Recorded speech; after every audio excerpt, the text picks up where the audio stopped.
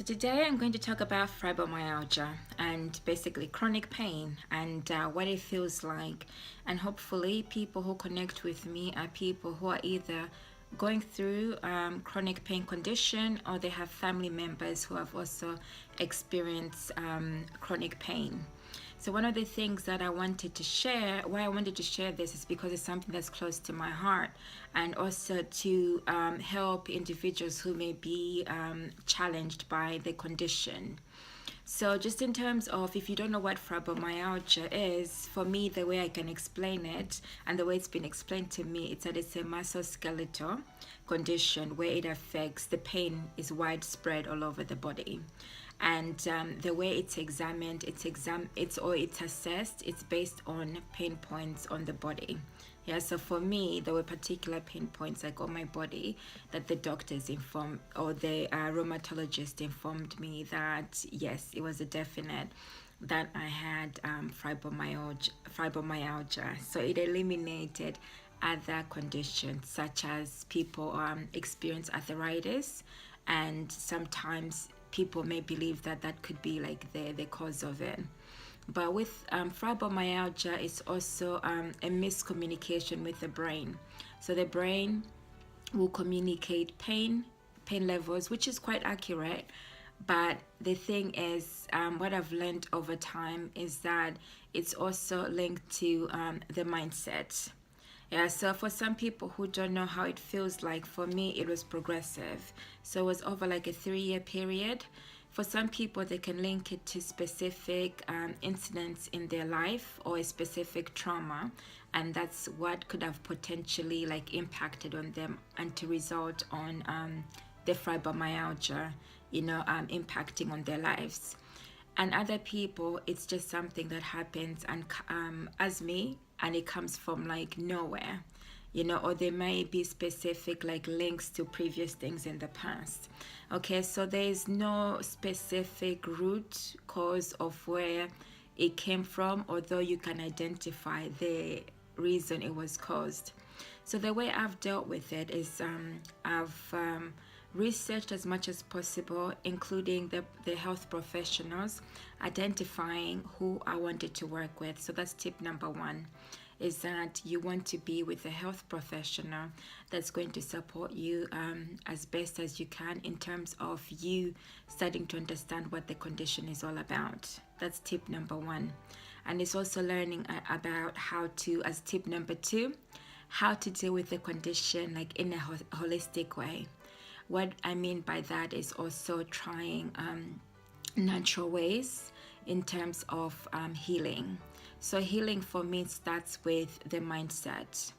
Yeah, but what I mean by that is also learning how your mind works, how your mind perceives the pain levels, and also the what's going on in your life on a daily basis, being able to monitor that. Because sometimes stress, not even sometimes, we know definitely stress can be a contributing factor, and also activities, keeping busy throughout the day can also cause more triggers in terms of the pain threshold.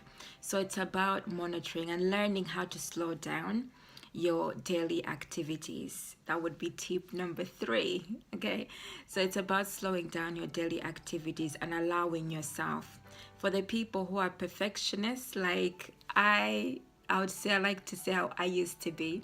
It's like we like things to be in specific order, and also used to working in if you're used to working in busy environments, it's considering your health first and slowing things down a little bit. Okay, so that at least your pain threshold and also your mental well-being starts to align more with the level of where you can be. It can be very difficult to manage in terms of slowing down, but it's also coming to the level of like accepting that perhaps life might not be the way it used to be, and it's about learning how to live in a different way.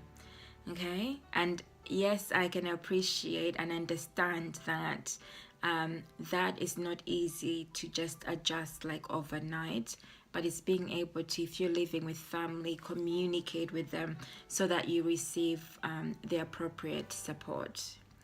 Then my fourth tip would be on the diet. Okay, so diet, it's more about being aware of what you are eating on a day-to-day basis, and are these foods also having an impact on your health? Okay, so there's a list of foods that some of us likely react to. So in terms of sweet things, yeah, sweet things can impact on the mind itself as well. Yeah, so not everybody with fibromyalgia will respond like the same way, but it's just bearing that in mind, that if you are, for instance, like if you're drinking alcohol and you notice that something is changing within you more than usual, and you're becoming more lethargic, or your brain is reacting more than usual, then that's an indicator that you probably need to reduce it. And it's also thinking about how to eat more like natural foods, organic foods that haven't been mixed up with so much contents. Okay, so some people describe, including myself, being sensitive or allergic to certain foods. So it's also being mindful of what the potential triggers are with fibromyalgia. So taking care of your mind, your body, and also just bearing in mind that this is a condition that unfortunately, as I've been informed, there's no cure, but it doesn't mean that it doesn't change in terms of you being able to live a life where you can manage it.